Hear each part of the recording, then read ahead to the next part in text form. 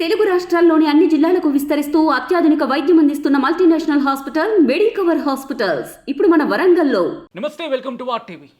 ప్రణీత్ హనుమంతు ఇప్పుడు ఎక్కడ చూసినా ఈ పేరే వినిపిస్తోంది. సోషల్ మీడియాలో అది ఏ ప్లాట్ఫామ్ అయినా, ఇటు యూట్యూబ్ నుంచి ఫేస్బుక్ నుంచి ఇన్స్టా, ఏ ప్లాట్ఫామ్ చూసినా ప్రస్తుతం ఈ పేరు ట్రెండ్ అవుతుంది. ఎందుకో అందరికీ తెలిసిందే. తండ్రి కూతుళ్ళ మధ్య ఉన్న సంబంధం విషయంలో, రిలేషన్షిప్ విషయంలో ఎంత ప్యూరిటీ ఉంటుంది, కానీ దాన్ని ఎంత వ్యంగ్యంగా మాట్లాడారు, ఎంత అసభ్యంగా వెళ్ళింది ఆ కాన్వర్సేషన్. దాంతోపాటు ఆ మిత్ర బృందానికి సంబంధించి కూడా సోషల్ మీడియాలో ఇప్పుడు ఒక యుద్ధమే జరుగుతుందనే చెప్పుకోవచ్చు.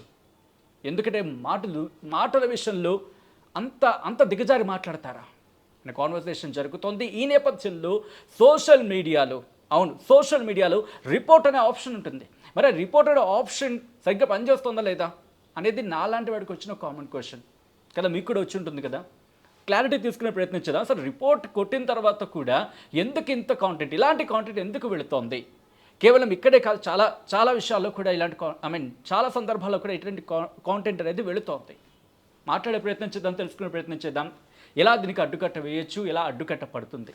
మనతో పాటు ఉన్నారు సైబర్ క్రైమ్స్ విషయంలో అనే మాట తెలుగునారు గుర్తొస్తే దాదాపుగా గుర్తొచ్చే పేరు అయింది, శ్రీధర్ నల్లమూతు.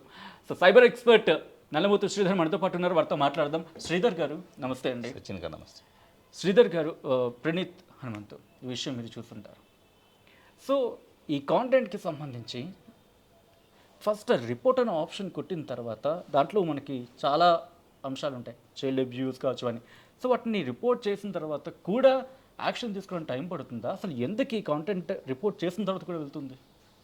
రిపోర్ట్ అనే ఆప్షన్ టెక్నికల్గా నేను చెప్పబోవటానికి ముందు ముఖ్యంగా సోషల్ ఆస్పెక్ట్ అనేది ఒక 2 నిమిషాలు నేను చెప్పదలుచుకున్నాను. ఎందుకంటే ఆ వీడియోలో వాళ్ళు యూజ్ చేసిన బాడీ లాంగ్వేజ్ కానీ, వెకిలిగా నవ్వే విధానం కానీ చూస్తుంటే కనుక యాక్చువల్లీ స్వామి వివేకానంద ఒక మాట చెప్పున్నారు, 100 మంది యువకుల్ని, ఇనుప కండరాలు ఉక్కు నరాలు ఉన్న 100 మంది యువకుల్ని ఇస్తే దేశాన్ని మొత్తాన్ని మార్చేస్తానని చెప్పేసి అనే సొసైటీలో స్వామి వివేకానంద బతికిన ఈ సమాజంలో, ఈ భారతదేశంలో ఇలాగా భారతదేశంలో ఎంత విలువలు ఉంటాయో మనం తెలిసిందే.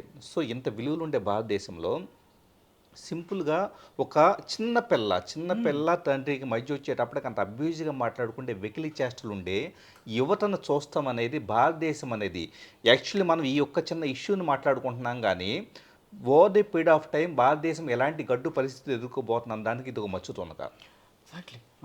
ఎందుకంటే పీపుల్ మైండ్ సెట్ ఎలా ఉంది, పీపుల్ డార్క్ కామెడీ పేరిట అతని వీడియో చూస్తే కనుక ప్రాక్టికల్గా అతను క్షమాపణ చెప్పే వీడియో చూస్తే, నేను హాస్యంలో కామెడీలో కొత్త ప్రయోగాలు చేస్తూ నేర్చుకుంటూ ఉన్నాను, అందులో పార్ట్గా డార్క్ కామెడీ అనేది నేను చేశానని చెప్పేసి సమర్థించుకుంటున్నాడు. కానీ అసలు హాస్యం అనేది వేరే వాళ్ళని కించపరిచేది హాస్యం ఎలా అవుతుంది, డీగ్రేడ్ చేసేది ఎలా హాస్యం అవుతుంది? ఇంకొకటి ఆ వెకిలితనం ఏంటి? సో ఖచ్చితంగా సొసైటీ పట్ల ప్రతి ఒక్కళ్ళలో ఆలోచించాల్సిన విషయం. ఎందుకంటే అక్కడ అతని టీమ్ ఆఫ్ పీపుల్నో కాదు, అక్కడ లైక్ చేసి అన్ని లక్షల వ్యూస్ చూస్తున్న పీపుల్ మైండ్ సెట్ ఎలా ఉంది? మనం ఎప్పుడు ఆ 4-5 గురించి మాట్లాడుకుంటున్నాం. ఆ వీడియోని వాచ్ చేసి ఎంజాయ్ చేసి వాళ్ళు కూడా నవ్వుకుని లైక్లు కొట్టి లవ్వులు కొట్టేసి కామెంట్లు పెట్టిన పీపుల్ మైండ్ సెట్ అంటే ఎంతమంది పీపుల్ మైండ్ సెట్ హైజాక్ అయిందో తలుచుకుంటే భయంగా ఉంది. సో ఇక్కడ మీరన్న రిపోర్ట్ ఆప్షన్ పనిచేయట్లేదా అని. రిపోర్ట్ చేయడానికి ఇంత లక్షల మంది చూసి ఎంజాయ్ చేస్తుంటే ఎవరు రిపోర్ట్ చేస్తారు? Okay, people are enjoying. People ఏంటంటే బాధ్యత కలిగిన వాళ్ళేమో కొంత మోరల్ వాల్యూసో లేకపోతే సమాజం ఇలా ఉండాలి అని చెప్పేసి కోరుకునే వాళ్ళేమో సరేలే మనకెందుకు వచ్చిన గొడవలే అని చెప్పేసి అసలు రిపోర్ట్ లాంటి ఆప్షన్స్ పట్టించుకోవట్లా. ఎవరైతే ఇలాంటి దిగజారుడు కంటెంట్ని ఎంజాయ్ చేస్తున్నారో సో వాళ్ళని కంటెంట్ క్రియేట్ చేసే వాళ్ళని సెలబ్రిటీస్గా భావించేసి అప్రిషియేట్ చేసి ఇంకాస్త ఎంకరేజ్ చేస్తున్నారో వాళ్ళు వచ్చేటప్పుడు అసలు రిపోర్ట్ జోలికి వెళ్ళరు. సో రిపోర్ట్ ఆప్షన్ ఉన్నా కూడా ఏం ఉపయోగం? రెండోది, రిపోర్ట్ అనే ఆప్షన్ అనేది మనం వాడామే అనుకోండి, సహజంగా జరిగేది ఏంటంటే అది కాపీరైట్ ఇన్ఫ్రిజ్మెంటా, అంటే వేరే వాళ్ళ కంటెంట్ని కాపీ చేశారా, లేకపోతే కనుక ఇంకా ఏదైనా కానీ అశ్లీలం అనేది ఉందా, వీటిని బేస్ చేసుకుంటూ అశ్లీలం అనేది విజువల్గా ఉంటే కూడా విజువల్లో కూడా పర్మిటబుల్ ఏంటంటే ఫేస్బుక్ లాంటివి, ఇన్స్టాగ్రామ్ లాంటివి చూసేది ప్రైవేట్ పార్ట్స్లో వచ్చేటప్పటికి కొంత ఒక సర్టన్ ఏరియా ఎక్స్పోజ్ అవ్వకుండా ఉంటే చాలు, మిగతా అంతా ఓపెన్గా ఉన్నా కానీ యాక్సెప్ట్ చేస్తున్నారు. సో ఆ type of western society norms ఉన్న సోషల్ మీడియా ప్లాట్ఫామ్స్లో మీ రిపోర్ట్ ఆప్షన్ కొట్టినా కూడా పట్టించుకోరు. ఎందుకంటే అక్కడ భాష విషయంలో, వాళ్ళు నవ్వు విషయంలో వాళ్ళు ఏం మాట్లాడుకున్నారో, ఏం జోక్స్ వేసుకున్నారో అది ఇన్స్టాగ్రామ్ పట్టించుకునే పరిస్థితిలో లేదు. వాళ్ళకి కావాల్సింది ఏంటి, విజువల్గా ఏదైనా ప్రైవేట్ పార్ట్స్ చూపించలేదు కదా. సో అలాంటప్పుడు ఎందుకు రిపోర్ట్ కొడుతున్నారని చెప్పేసి సింపుల్గా మెషిన్ లెర్నింగ్ అల్గారిథం వచ్చేటప్పటికే పక్కన పైన నెట్టేస్తుంది రిపోర్ట్ ఆప్షన్స్ని. ఓకే. సో దీనికి కేవలం మినిస్ట్రీ, ఏది ఐటీ ఇండస్ట్రీ కావచ్చు, ఐటీ మినిస్ట్రీ కావచ్చు, ప్లస్ హోమ్ మినిస్ట్రీ రెండు కలిసి సోషల్ మీడియా ప్లాట్ఫామ్స్ను కూర్చోబెట్టి కంటెంట్ అప్లోడ్ చేసేటప్పుడే భాషాపరంగా కావచ్చు, అంటే అందులో వాడబడిన ఓరల్గా మాట్లాడే భాష కావచ్చు, టెక్స్టువల్ కావచ్చు, విజువల్ కావచ్చు, ఈ 3 లేయర్స్లో కంటెంట్ భారతదేశం యొక్క నామ్స్కి తగ్గట్లుగా ఇక్కడ ఉండే చట్టాలకు అనుగుణంగా ఉందా లేదా, లేకపోతే కంటెంట్ అప్లోడ్ అవ్వని విధంగా ఫిల్టరేషన్ మెకానిజం పెడితే తప్పించి సొల్యూషన్ లేదు. అలాగే ఈ మధ్య ప్రతి చిన్నదానికి కాన్వర్జేషన్ ఏం జరిగిన వెంటనే దాని వీడియో తీయడం, సోషల్ మీడియాలో పోస్ట్ చేయడం, ప్రతి చిన్న కాన్వర్జేషన్ చూస్తున్నాం, చిన్నపిల్లలతో కూడా, ఎందుకంటే మైట్ బి వ్యూవర్షిప్ కోసం అని చెప్పి.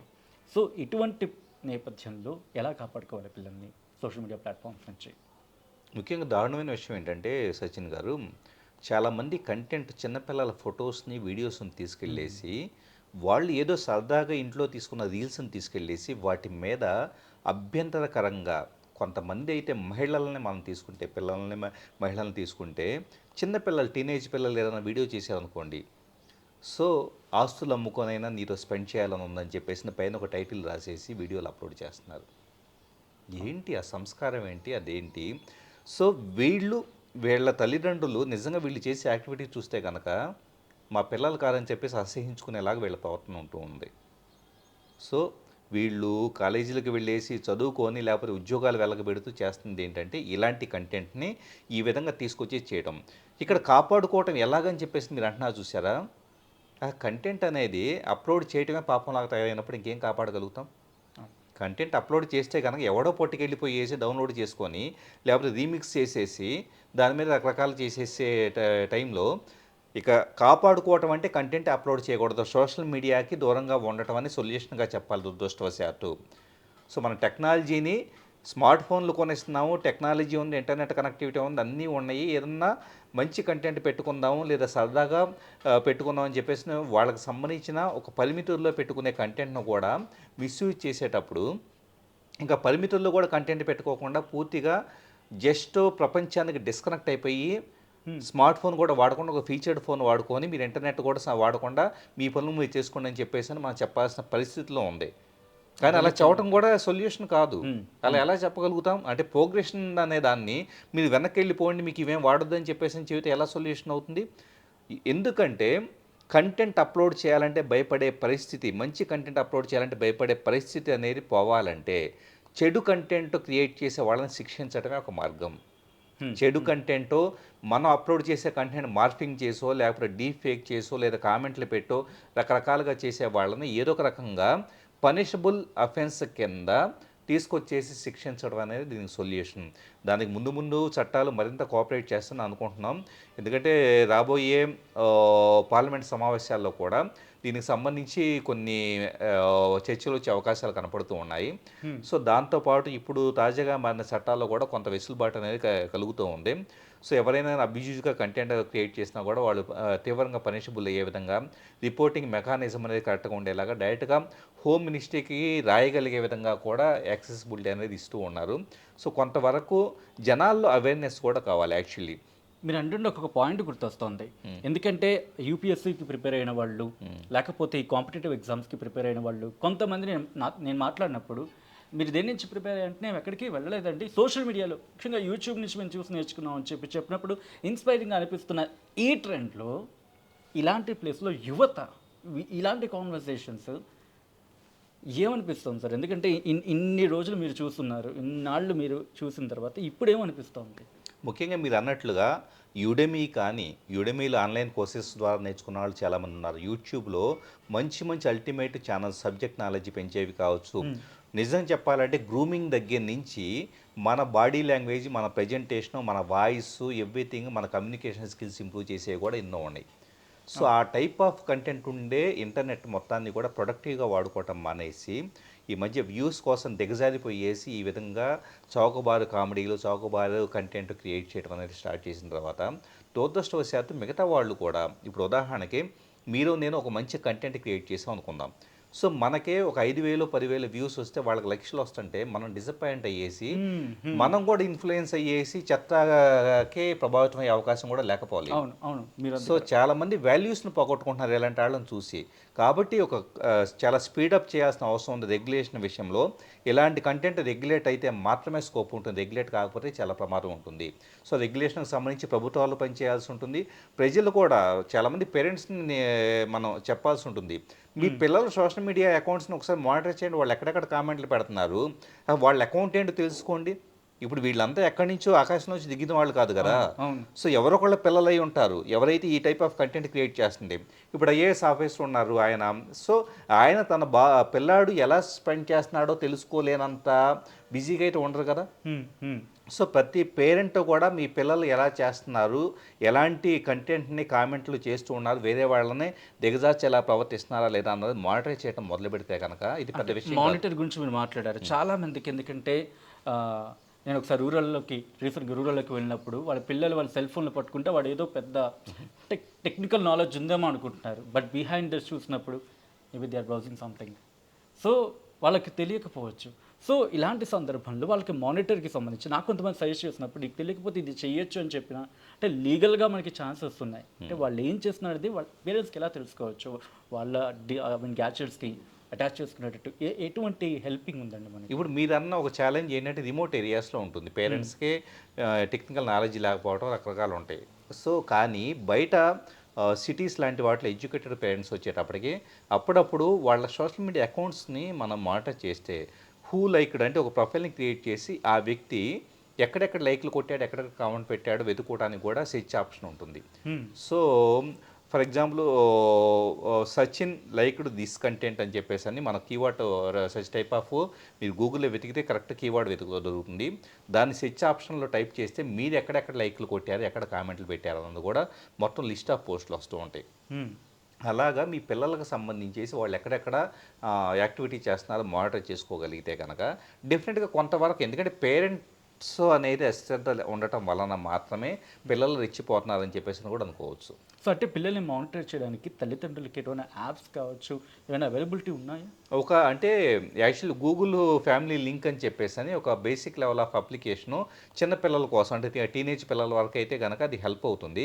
గూగుల్ ఫ్యామిలీ లింక్ ఇన్స్టాల్ చేస్తే వాళ్ళు ఏం చేస్తున్నారు, వాళ్ళ డివైస్లో ఏ టైప్ ఆఫ్ అప్లికేషన్స్ ఎలాంటి యాక్టివిటీ చేస్తూ ఉన్నారు, ఎవరితో కనెక్ట్ అయ్యి ఉన్నారు, సో ఇలాంటివంతా తెలుసుకునే స్కోప్ అనేది కొంత ఉంటుంది. వాళ్ళ బ్రౌజింగ్ సెషన్స్ దగ్గర నుంచి రకరకాల ప్రొఫైల్ విజిట్స్ వీటన్నింటిని కూడా ట్రాక్ చేయగలుగుతుంది. సో అలాంటి యాప్స్ ప్లే స్టోర్లో కానీ యాప్ స్టోర్లో కూడా అందుబాటులో ఉన్నాయి. వాటిని కూడా ప్రయత్నించవచ్చు. ఎవరైతే ఎడ్యుకేటెడ్ పేరెంట్స్ ఉండి నిజంగా మా పిల్లలు ఏమైనా చెడిపోతున్నారేమో, సంఘ వ్యతిరేక శక్తులుగా తయారవుతున్నారో అని చెప్పేసి అని కన్సర్న్ ఉన్న వాళ్ళు ఈ టైప్ ఆఫ్ టెక్నాలజీలో చాలా వెసులుబాటు ఉంటుంది. అలాంటివి కూడా చేయొచ్చు. అట్ ద సేమ్ టైం పిల్లలు ఇక్కడ కూర్చొని స్పెండ్ చేస్తున్నప్పుడు సంథింగ్ దగ్గరగా కూర్చొని దూరంగా వాళ్ళు ఉండటం కాకుండా వాళ్ళు ఏదో చాలామంది పేరెంట్స్ ఏమనుకుంటున్నారంటే వాళ్ళ ప్రైవసీని మనం కాపాడదాం, పిల్లల ప్రైవసీ అని చెప్పేసి దగ్గరికి వెళ్ళాల. పిల్లలకు ప్రైవసీ అని చెప్పేసి అని వాళ్ళని ఇప్పటి నుంచి సపరేట్ చేస్తే ఎలాగా? వాళ్ళ భవిష్యత్తు నిర్మించాల్సిన వాళ్ళు మీరు వెళ్ళి చూడండి, నష్టమేమీ లేదు. చూసి వాళ్ళని అబ్యూజివ్ కంటెంట్ కానీ ఏదైనా కన్జ్యూమ్ చేస్తుంటే చెప్పండి, నిర్మోహమాటంగా చెప్పండి. ఇప్పుడు స్వేచ్ఛ తీసుకోకపోతే మీ పిల్లల మీద ఎప్పుడు స్వేచ్ఛ తీసుకుంటారు? కరెక్ట్. సో ఇలాగా ఖచ్చితంగా we have to take some control, ఏది పేరెంట్స్ పరంగా గవర్నమెంట్ పరంగా. అండ్ బిఫోర్ కంక్లూడింగ్, రీసెంట్గా ఇష్యూస్ ఇవి కొంచెం ఎక్కువ అవుతున్నాయి. ఇది ఇంతవరకు మనం పిల్లల గురించి మాట్లాడుకున్నాం. పెద్దవాళ్ళు, చదువుకున్న వాళ్ళు, ఉద్యోగస్తులు వీళ్ళు కూడా సోషల్ మీడియాలో మోసపోతున్నారు. రీసెంట్గా వస్తున్నప్పుడు నాకు అందుతున్న ఒక ఇన్ఫర్మేషన్ ఏంటంటే ఒక విమెన్ తను పంపించిన పార్సల్, ఆ పార్సల్ దగ్గర ఉన్న డీటెయిల్స్ని తీసుకొని సైబర్ నేరగాళ్ళు తనకి కాల్ చేసి దాదాపు 1,00,000 డ్రా చేశారట. సో ఇటువంటి విషయాల్లో వాళ్ళు సిబిఐ అధికారులు ఉన్నారు, ఢిల్లీ కస్టమ్స్ అధికారులు అంటున్నారు. ఎట్లా ఇప్పుడు ఒక జనాలను మోసం చేయడం కోసం సింపుల్గా ఫెడెక్స్ కొరియర్ అనో లేకపోతే అక్కడి నుంచి కొరియర్ మీ పేరు మీద వచ్చింది అని చెప్పేసాను, దీంట్లో డ్రగ్స్ పట్టుబడ్డాయి అని చెప్పేసాను, నార్కోటిక్ కంట్రోల్ బ్యూరో నుంచి కాల్ చేస్తున్నాం అని చెప్పేసాను, రకరకాల అఫీషియల్స్ పేర్లు చెప్పేసి కాల్స్ వస్తాయి. వచ్చిన తర్వాత మీరు ఎక్కడికి కదలటానికి లేదు, మీరు ఇంట్లోనే హౌస్ అరెస్ట్ అవ్వాలి, వీడియో కాల్ లాంచ్ చేయండి అని చెప్పేసి వాళ్ళని నిరంతరం కూడా అరగంటకు ఒకసారి కాల్ చేసేసి వాళ్ళని ప్యానిక్ చేసి, ఉదాహరణకి ఒక మహిళ విషయంలో జరిగింది ఏంటంటే, సో మహిళని హౌస్ అరెస్ట్ ఆ గదిలో మాత్రమే ఉండాలి, బయటికి వెళ్ళకూడదు అన్నారు. సో ఆ మహిళ అలానే కూర్చొని వీడియో కాల్లో మాట్లాడుతూ ఉంది. మళ్ళీ ఒక అరగంటలో మేము వస్తాము, మీరు యూ హ్యావ్ టు కోఆపరేట్ అని చెప్పేసి అని. రెండోసారి వచ్చినప్పుడు వాళ్ళ పాప లోపల ఏదో సంథింగ్ ఏడ్చుకుంటూ వచ్చింది, చిన్న పాప. ఆ పాపను అర్జెంటుగా బయటకు పంపించండి అని చెప్పేసి అంటే వీళ్ళు ఇండైరెక్ట్గా ఒక మనిషిని ప్యానిక్ చేస్తారు. ఫస్ట్ ప్యానిక్ చేసి బెదిరించి ఏదో జరిగిపోతుంది అని చెప్పేసి అని సాయంత్రం మా డిఎస్పీ కాల్ చేస్తారు. So you have to attend, ఖచ్చితంగా వీడియో సిద్ధంగా ఉండండి అని చెప్పేసి ఇలా చెప్పిన తర్వాత అధికారుల పేర్లు రకరకాల టెక్నికల్ పదాలు ఇలాంటివన్నీ చెప్పిన తర్వాత భయపడతారు కదా. ఒక 2 రోజులు అలా మానసికంగా టార్చర్ చేసిన తర్వాత వాళ్ళు డిప్రెస్ అయినప్పుడు సో మీరు నిరపరాధి అన్న విషయం అర్థమైపోయింది. కాకపోతే ఇదంతా కూడా ప్రూవ్ చేయాలంటే కనుక హైర్ అథారిటీస్తో ప్రూవ్ చేయాలంటే కనుక కొంత ప్రాసెసింగ్ ఫీజు అవుతుంది, కొంత అమౌంట్ అవుతుందని చెప్పేసి అని భయపెట్టేసి డబ్బులు వేయించుకోవడం జరుగుతూ ఉంటుంది. అలాంటి వాటిని ఎట్టి పరిస్థితులు ఎంటర్టైన్ చేయదు. అలాంటి ఫోన్ కాల్స్ వస్తే కనుక పట్టించుకోవద్దు. ఒకవేళ ఇంకా చెప్పాలంటే కనుక ఏం చేసుకుంటారో అది చేసుకోండి అని చెప్పేసి అని సింపుల్ ఇగ్నోర్ అయినా చేయొచ్చు. లేకపోతే ఒక 4-5 రోజులు ఫోన్ అనేది అటెండ్ చేయకపోతే కనుక అంత బెటరు. వాళ్ళు వేరే విక్టిమ్ని పట్టుకోవడం స్టార్ట్ చేస్తారు. మనం రెస్పాండ్ అవ్వపోయేటప్పటికి వేరే వాళ్ళనే పట్టుకోవడం స్టార్ట్ చేస్తారు. Thank you so much. ఎందుకంటే మీరు మాట్లాడుతున్నప్పుడు ఎస్ అంటే నేను కొన్ని క్వశ్చన్స్ మాత్రమే ప్రిపేర్ అయ్యా, బట్ వెన్ యూఆర్ టాకింగ్ నాకు ఇంకా క్వశ్చన్స్ కనెక్ట్ అవుతున్నాయి. But thank you so much. ఎందుకంటే నీడ్ ఆఫ్ ది అవర్. ఎందుకంటే ఇంతవరకు పిల్లలకి సంబంధించి కొంతవరకు చూసాం, కానీ ఈ లెవెల్ ఆఫ్ అబ్యూజివ్నెస్ కావచ్చు, అంటే మనలో కూడా ఇంత దరిద్రం ప్రవహించిందా అన్న మాట అందులో బహుశా కాస్త ఇబ్బందికరంగా అనిపిస్తుంది. But have to accept. ఎందుకంటే తెలుగు నాట ఈ పది ఇంతవరకు వినిపించలేదు, బట్ వినాల్సి వచ్చింది దుస్థితి. సో అఫ్ కోర్స్ ఇక్కడ నుంచి ఇంకా జరగకూడదని కోరుకున్నాం. Thank you so much Sridhar garu for talking to R TV. So మొత్తంగా అయితే మాత్రం ఒక్కటి, తల్లిదండ్రులు మీరు జాగ్రత్తగా ఉండండి. ఎందుకు జాగ్రత్తగా ఉంటున్నంటే కనుక మీ పిల్లల పట్ల మీరంత జాగ్రత్తగా ఉంటే మీ పిల్లలు అంత కేర్గా ఉంటారు, అంత జాగ్రత్తగా ఉంటారు. అండ్ ఆ తరం మీరు దాదాపుగా పిల్లల్ని ప్రాపర్గా పెంచగలిగితే ఆ తర్వాత వాళ్ళు కూడా అదే లెవెల్లో వెళ్తారు. అండ్ యంగ్స్టర్స్ చాలామంది యూపీఎస్సీ గ్రూప్స్కి ప్రిపేర్ అవుతూ సోషల్ మీడియాను నమ్ముకొని వాళ్ళు అంత ఎత్తుకు ఎదుగుతున్నారు. మనం దిగజారిపోతున్నామా? ఒక్కసారి ఆలోచించుకోండి. గుండెల మీద చేసుకొని మాట్లాడే ప్రతి మాటను ఒక్కసారి మీకు మీరు క్యాలిక్యులేట్ చేసుకోండి, మీకు మీరు ఒక్కసారి అనాలిసిస్ చేసుకోండి. నలుగురు కూర్చొని మాట్లాడుకున్నప్పుడు ఏం మాట్లాడుతున్నాం ఆలోచించండి. మీ వల్ల ఒకటి బాగుపడాలి తప్ప ఒకటి కింద పడకూడదు అనే ఒక్క మాటను గుర్తుంచుకుంటే యార్ యంగ్స్టర్స్ యార్ హమ్ భారత్ హే హమారా, భారతదేశం మనదే అనే మాటను గుర్తుపెట్టుకోండి చాలు, అంతకని ఇంకేం అవసరం లేదు. Thank you so much and keep watching stay tuned to RTV. మరిన్ని వీడియోస్ కోసం ఛానల్ ని సబ్స్క్రైబ్ చేయండి, లేటెస్ట్ అప్డేట్స్ కోసం వాట్సాప్ ఛానల్ ని ఫాలో చేయండి అండ్ లింక్ డిస్క్రిప్షన్ లో ఉంది.